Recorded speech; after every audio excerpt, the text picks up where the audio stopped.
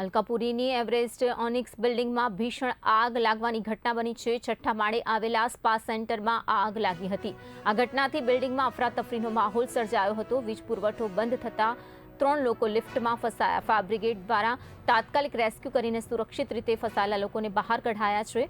તો વડીવાડી ફાયર ટીમે આગ પર કાબુ મેળવી લીધો છે। સ્પાનો સામાન બળીને ખાખ થયો છે। ઘટનામાં સદનસીબે જાનહાનિ નથી થઈ। રાહતનો શ્વાસ ચોક્કસ છે લોકો માટે। તો આ તરફ આગનું ચોક્કસ કારણ જાણવા માટે પણ તપાસ શરૂ કરાઈ છે। આજરોજ 10 વાગે આજુબાજુ એક મુખ્ય ફાયર કંટ્રોલ રૂમ અગ્નિશમન અને તાત્કાલિક સેવા વિભાગ દ્વારા ફાયર કોલ મળતા એવરેસ્ટ ઓનેક્સ ઇલોરા પાર્ક વિસ્તારમાં ફાયરનો કોલ મળતા તુરત જ વડીવાડી ફાયર સ્ટેશન ટીમ દ્વારા ઘટના સ્થળે પહોંચીને આગ કંટ્રોલ કરેલ છે। કેટલા માણસો લિફ્ટમાં ફસાયા હતા અને કેટલાને રેસ્ક્યુ કરવામાં આવ્યા છે? સેકન્ડ ફ્લોર પર 2 થી 3 વ્યક્તિઓ ફસાણા હતા। તેમને વડીવાડી ફાયર સ્ટેશન ટીમ દ્વારા સફળતાપૂર્વક રેસ્ક્યુ પણ કરવામાં આવ્યું છે। કોઈ દર્દી પણ હતું?